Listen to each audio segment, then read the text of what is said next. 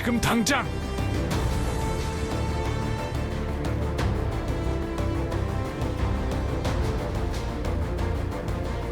이게 뭐야? 사람의 살점인가? 이건 여인의 팔이야. 누가 이런 짓을? 도대체 이게 무슨 신호란 말인가? 이건 우리 민족에 대한 선전포고다. 12조각, 모든 지파에 하나씩. 이건 우리 모두에게 보낸 절규야.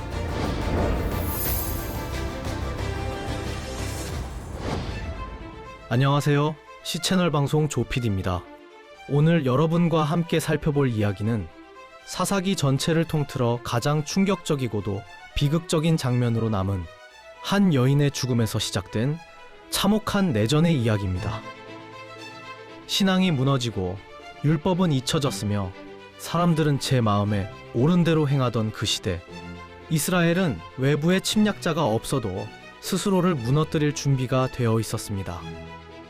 도덕은 타락했고 정의는 거래되었으며 하나님을 잊은 공동체는 가장 잔인한 방식으로 그 대가를 치르기 시작합니다. 오늘 우리가 마주할 이 이야기는 단지 고대의 비극이 아닙니다. 오늘을 사는 우리에게도 하나님을 잊은 시대가 어떤 파국을 초래하는지를 보여주는 경고일 수 있습니다. 그럼 지금부터 사사기 말기의 가장 어두운 장면 속으로 함께 들어가 보겠습니다. 이스라엘 어느 변방의 작은 마을, 이곳에 살던 한 레위인은 자신의 첩과 함께 조용한 삶을 살아가고 있었습니다. 그러나 그 조용함은 오래가지 않았습니다. 두 사람 사이에 다툼이 일었고 여인은 친정, 곧 유다 베들레헴으로 돌아가 버렸습니다. 이건 나 혼자만의 잘못이 아니에요. 넌 내 집을 나서는 순간 모든 것을 잃을 거야. 이미 다 잃었는걸요. 시간이 흘렀습니다. 여인과 함께했던 기억이 그리워졌는지 레위인은 하인을 데리고 그녀가 결혼 전 살던 집, 먼 곳 유다 지파의 베들레헴으로 그녀를 찾아 나섰습니다. 사위여, 이렇게 와줘서 고맙네. 딸아이도 사실 자네를 많이 그리워했네. 레위인은 그의 아내를 데려가려 했고 아내의 아버지는 그를 정성껏 대접했습니다. 그리고 며칠 동안이나 매일같이 하룻밤만 더 머물라고 하며 붙잡았습니다. 오늘 하루만 더 쉬었다가 가게. 자네가 떠나면 우리 집이 너무 조용해질 것 같아.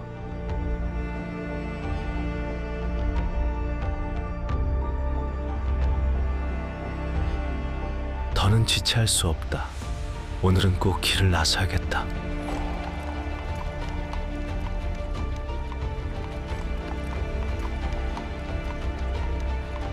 주인님, 날이 저물고 있습니다. 어디서 유숙하시겠습니까? 기브아로 가자. 그곳은 우리 형제들이 사는 베냐민 땅이니 낯선 곳보다는 나을 게다. 다시 만난 두 사람이지만 그들 사이에는 말보다 깊은 침묵이 흘렀습니다. 깨진 관계의 조각들 속에서 누가 더 옳았는지는 이제 더는 중요하지 않았습니다. 이 여정의 끝에 서로를 용서할 기회가 있을지 그것조차 불확실했습니다. 그들은 해가 저물 무렵 기브아로 향했습니다. 하지만 그 밤 그들을 기다리고 있던 것은 상상조차 못할 비극의 시작이었습니다. 이스라엘 백성에게 손님을 환대하라는 율법은 신앙의 핵심이었습니다. 낯선 이를 맞아들이고 그들을 보호하는 것이 곧 하나님을 섬기는 길이라 여겼기 때문입니다. 하지만 그날 밤 기브아 사람들은 이스라엘의 가장 기본적인 윤리를 저버립니다. 아무도 우리를 들이려 하지 않습니다. 기다리자. 누군가는 나올 거야. 여기는 우리 형제들의 땅이니까.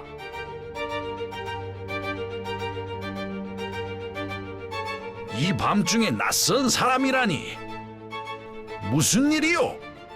우리는 유다에서 왔습니다. 베들레헴에서 이곳으로 에브라임 산지로 돌아가는 길입니다. 그런데 여관도 쉬어갈 집도 없어서 광장에서 하룻밤을 보내려 합니다. 이곳 사람들이 자네들을 들이지 않았다고. 이리 오시오. 밤거리에 머무르면 안 됩니다. 내 집으로 가십시다. 음식을 준비하겠소. 그들이 겨우 쉼을 얻은 그 밤, 기브아의 진짜 어둠이 생각지도 못하게 그들을 향해 다가오기 시작합니다. 그 집에 묵는 사내를 끌어내라. 우리가 데리고 가서 좀 갖고 놀아봐야겠다. 어서. 이 밤 우리가 모처럼 함께 즐기려 하는데 방해하지 말고 어서 그 남자를 내놔. 제발 이런 악한 짓은 하지 마시오. 그는 나의 손님이오. 정 그러시면 내 딸이나 그의 첩을 드릴 테니 제발 이 남자에게는 손대지 마시오.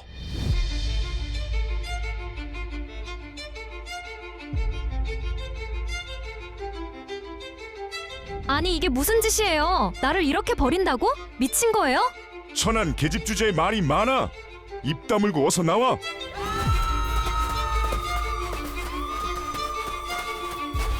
한때는 사랑했을지 모를 여인. 그는 자신이 살아남기 위해 그녀를 재물처럼 내어주었습니다.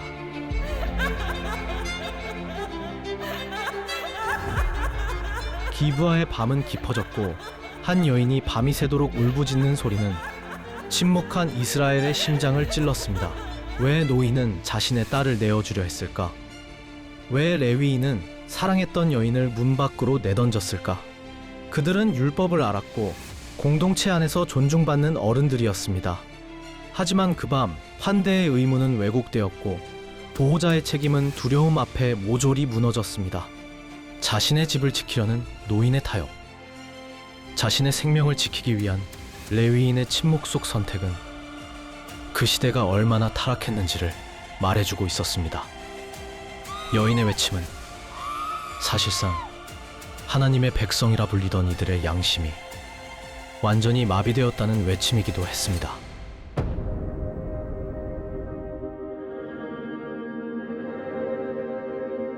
그녀는 돌아왔습니다.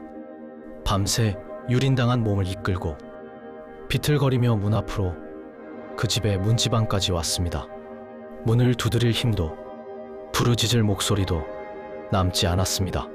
그저 몸을 문지방 위에 기댄 채 그곳에서 조용히 숨을 거두었습니다.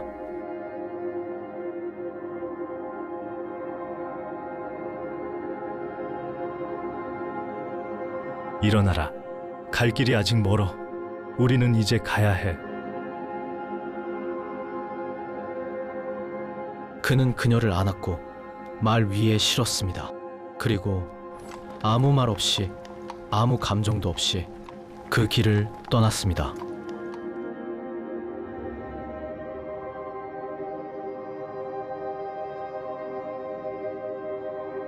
그는 그녀의 시신을 12조각으로 나누었습니다. 그리고 이스라엘의 각 지파에게 보냈습니다. 그의 행동은 충격적이었지만 그가 던진 메시지는 분명했습니다. 이 끔찍한 일을 보고도 침묵할 것인가? 그의 마음속에 죄책감이 있었을까? 분노였을까? 혹은 복수심이었을까? 우리는 알 수 없습니다. 하지만 그의 손에 들린 피 묻은 짐가방은 이스라엘 전체를 뒤흔드는 불씨가 됩니다. 이스라엘의 12지파는 이 끔찍한 신호를 보고 경악합니다.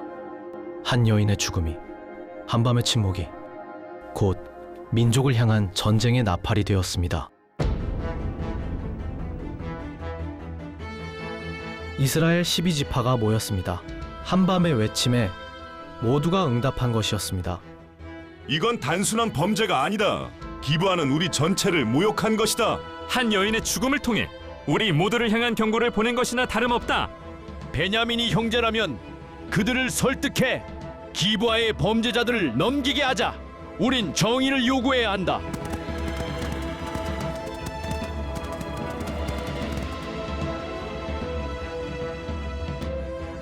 기브아의 범죄자들을 넘기시오. 이스라엘 전체의 죄가 되기 전에 당신들 손으로 정의를 세우시오. 우리는 우리 형제를 팔 수 없다. 기브아는 우리의 땅이요 우리의 사람들이다. 베냐민 지파는 거절했습니다. 기브아의 범죄자들을 넘기지 않았고 그 선택은 곧 전쟁을 의미했습니다.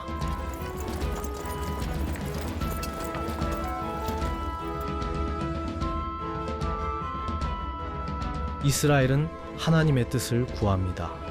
누가 먼저 올라가야 합니까? 하나님은 말씀하셨습니다. 유다가 먼저 올라갈지니라.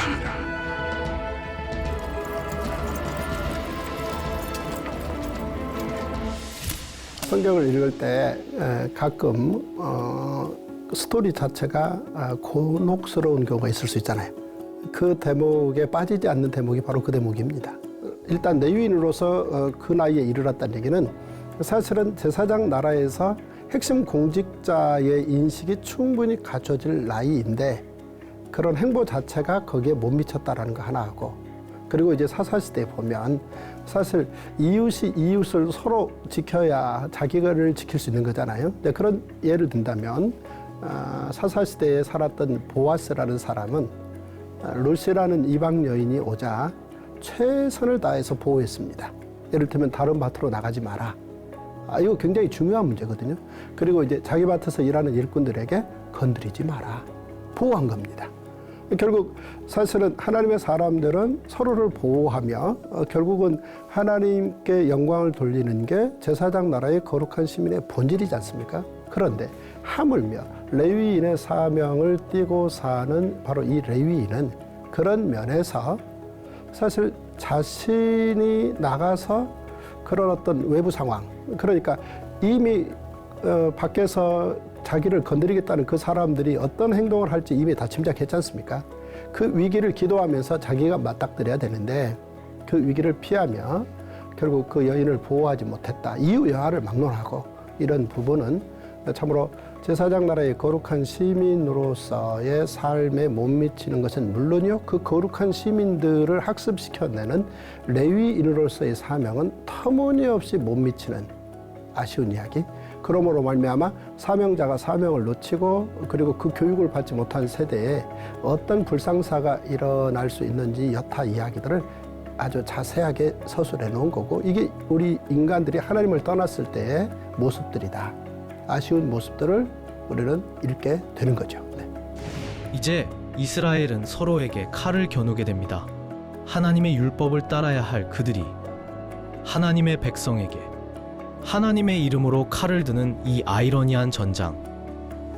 그 시작은 결코 쉽지 않았습니다.